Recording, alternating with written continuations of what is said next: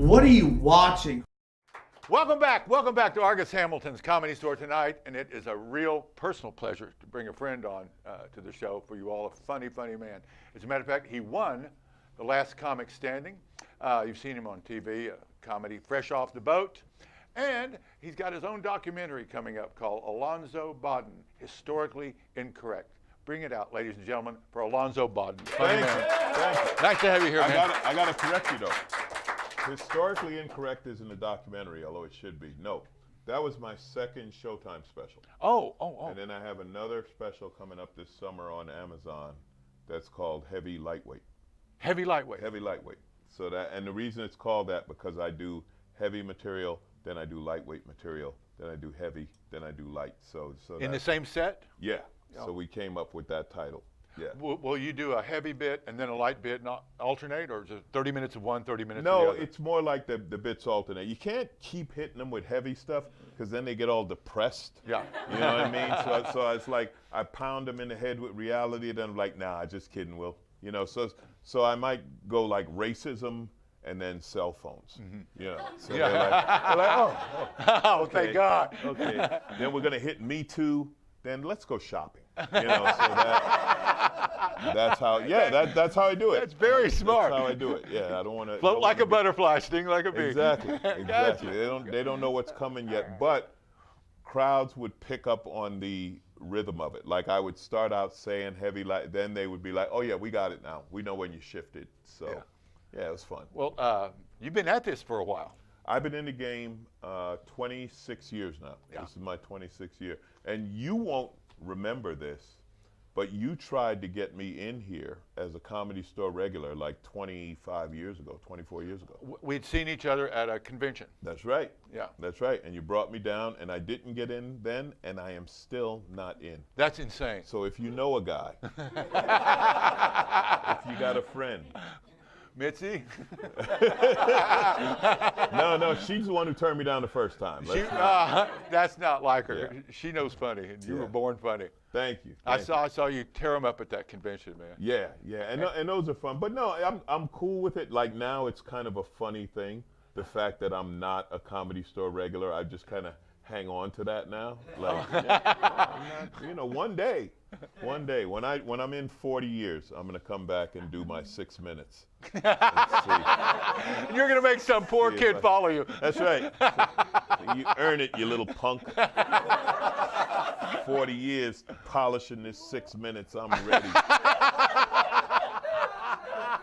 These young punks walk in with their you sound videos. like an old man, but you're not an old man. This is the thing. I'm black, right? So when you're black, people don't know how old you are. Really? So I'm 57. No. Yeah, I'm 57. Just turned 57, which I'm cool with being 57. But as a black man, I figure I got like 10 years left. Right? Because black guys, we just die in our mid-60s. And everyone says the same thing. Man, you look great. It's like, yeah, right up until you keel over. Like, I just saw him yesterday. What'd he die from? Black. Been black his whole life. Just caught up with him. We knew it was only a matter of time. So I'm at the point now, like I'm planning. I'm running up debt. I'm like, I want to go out owing people. The life insurance, I don't know if you get this, oh, who's going to pay off your bills if you die? What do I care? If I die heavily in debt, I won. Right? I beat the game. Man, he owed a fortune when he died. Good for him. So, yeah, but that's what's going on. And the other thing is when they say that age is all in your mind. Yeah. And you know this, you're a veteran. Right? No, it's in your body, right? Your body just tells you like, no, you can't do that anymore, right? You just like basketball. Like there was one day where I jumped and I came down and my knees said, that's enough of that. That you just retired. Now you jump like that again, there's gonna be serious consequences. And I stopped. Now, young women, I love looking at young women. I don't want to have sex with a girl in her 20s because they got expectations. Oh, no. You know what I mean? Like, the other night, this girl was like, we should hook up after the show. And I was like, I'd love to, but it's damp out and I got a bad knee. on a damp night, that knee will lock up on you. I can't risk that. I got to catch a plane. So. That's real. I'm not. Have you gotten to the point where when you drop something on the floor, it's a business decision? Oh yeah. It's not even a business decision. I'm fortunately paid well enough. Like I ain't picking that up. That's change. My donation. No, it's funny sometimes. I mean, I try to work out. I try to stay in shape, but it is definitely true. There's some things you can't do that you used to do. Right. However, on stage, the experience you have, the ability you have to put together material that you've developed over the years is infinitesimally better. Oh yeah, but I'll tell you what. You know what I really love on stage? Like I did a show on Comedy Central. It's called The New Negroes, right? Yeah. And it's run by Baron Vaughn and Open Mic. And what I love about that, it's all these young black comics, but they invited me to be part of the show. Right. You know what I mean? So the fun part is to know you're still relevant with a younger audience. That to me, that's the challenge in comedy. Like I don't want to be up there doing jokes about, setting the clock on my VCR, right? And look, 2 people laugh because they don't even know what I'm talking about. That used to be quality material. Remember the 12 flashing on the VCR? That was like part of your joke. Yeah, like fax machine joke. Yeah. I don't want to do fax machine material. I don't want to dust off my pager jokes. Where's the phone? I just got a page. Well, I used to buy a lot of blow off those. Yeah. So I like that. I like to try to stay relevant with a younger crowd. Now, some of it I'm not. Like music, listen, they can listen to mumble rap and stuff that I can't. I'm like, that's just garbage. Like to them, it's great music. I'm like, no, I can't do that.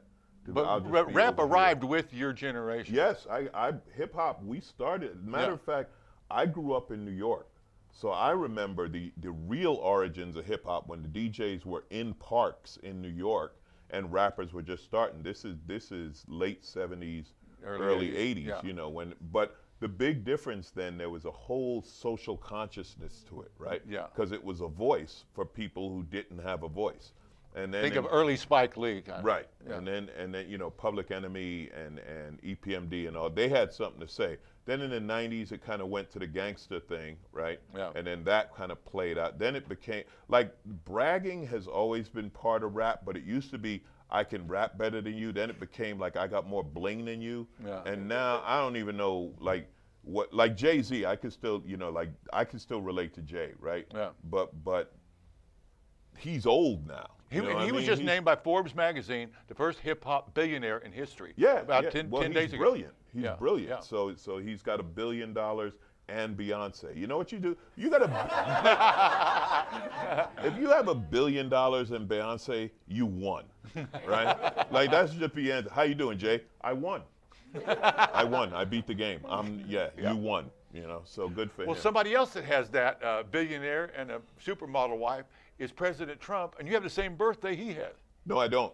Oh, I thought you did. And I thank God I don't. No. I thought you did. No, he's the 14th, I'm the 13th, so I can't be blamed. And, is he a billionaire? That's very questionable how much money he has, right? He hides the tax returns because the billionaires say he's not. And I'm thinking they would know. Yeah.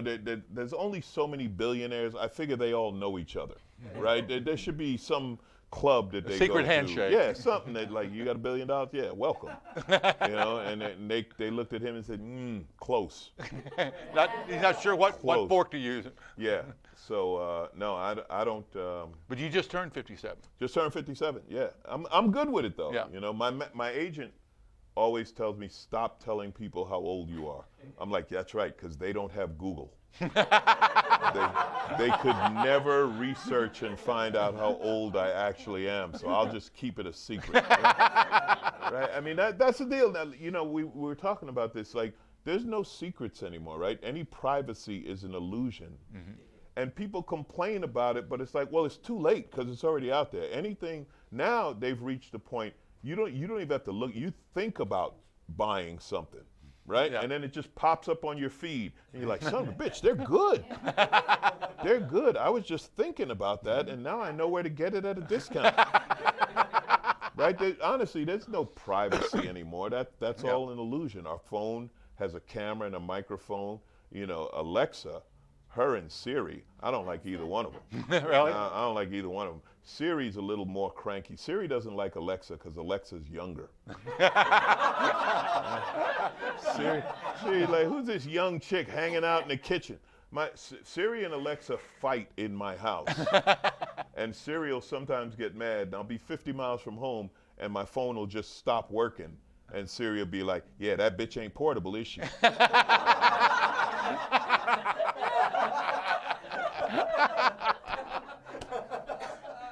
Oh my God.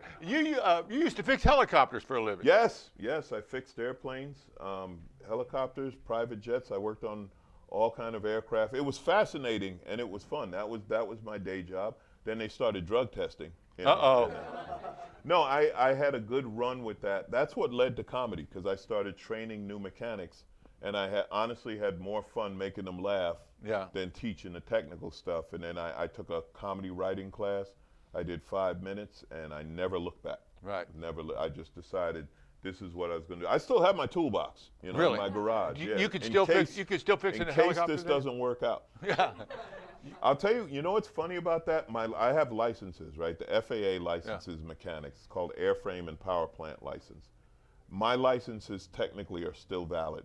Really? Once you're licensed for life. So you could fix this Boeing 737 MAX that's having all this trouble? Theoretically, yes, I could. And what did you think was wrong with that plane? Did you? I don't know. Yeah. You know, I know that what they tell you and what the actual reason is can be two different things. Yeah. I think they said it was some safety system that the pilots didn't have, or it was like an option you had to pay for or something. Yeah. I'm really not sure what it is. It was funny, the things that they complained about. You'd be surprised what can ground an airplane. Yeah. And what can't ground an airplane. You know what I mean? What can and can't? For example, the carts that the flight attendants push. Yeah. If the brakes on the cart don't work, the airplane's grounded. Really? Yeah, because it would be dangerous for the cart to roll down the aisle. So it's something that you think would be ridiculous like that. Like, no, that we can't fly with that. Yet you could have, like, sometimes there'll be like a dent on the plane. Yeah. Right? And we were like, yeah, we'll cover that up. Like, it can fly with that. You know, it's like your car, right? Your car has a little dent in the fender. You're like, well, I can still drive it. So there'd be a dent in the plane, and we would cover it. They have this tape, right? Yeah. It's like the ultimate duct tape. We used to call it. Seriously. It's called 600. We called it 600-mile-an-hour tape because it was rated to stay on at that speed. And hold the plane together. No, it doesn't hold things together. It just covers it up. It makes it smooth. So if you can imagine the dent, now we cover it so now it's smooth until we could fix the dent. Because the air at 600 miles an hour could cause the plane to... Right, because it would be you need a smooth surface. Yeah. So we would create a smooth surface with the tape and let them fix it in Denver. Like, I can't fix it in Denver. I'm going home, it's the end of my shift. I ain't fixing that. So you like working the road now? Where are you headed tomorrow? I'm going to Cleveland. This week I'm going to a great club called Hilarities, old school comedy club. You know, I work the road because I love working. Mm-hmm. You know, like you had Russell Peters on, right? And I've known Russell since he was in clubs back in the day in Toronto. And I would love to do arenas. I just don't sell that many tickets. You know what I mean? Like, yeah, I would love to do bigger shows, but I never worked on the publicity side of this business. Yeah. I've always loved the creative side, and I've never been a good salesman of myself, you know. Yeah. So I do okay. I mean, I'm not complaining, believe me. This beats honest work.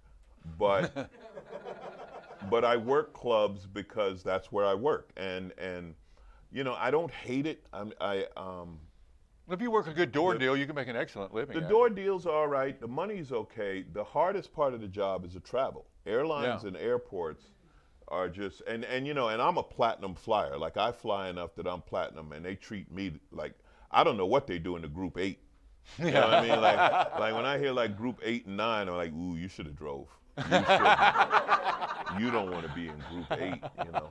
So I love it. I love the work. The creativity in the club the freedom in a Now, club. like you're like at minute 40 of your set, you're headlining, and a different idea pops into your head, and you get to work it out. Yeah, absolutely. You can't do that at the Comedy Store because everybody's on the clock, 15 minutes. Yeah, so I love that part. You know, yeah, I still love being on stage. And I'll tell you what I learned from the veterans. Like I have people I consider mentors or whatever, right? And one of the things I've learned now, because now these are guys with 40 years in the business, they're still not bitter.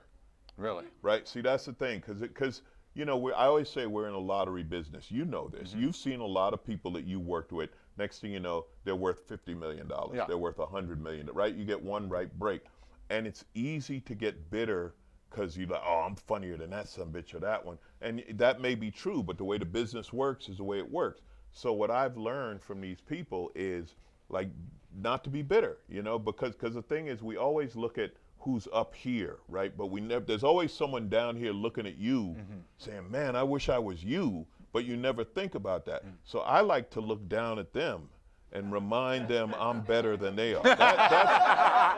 That's what offsets my depression. I'll just sometimes just go hang around a bunch of road middles and be like, yeah, I'll be up in the front of the plane.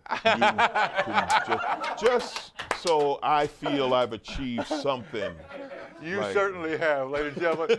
Give it up for Alonzo Bodden, my buddy. You're fantastic, buddy. Thank you, Argus. Thank you so much. Yeah. We will be right back. Don't go anywhere.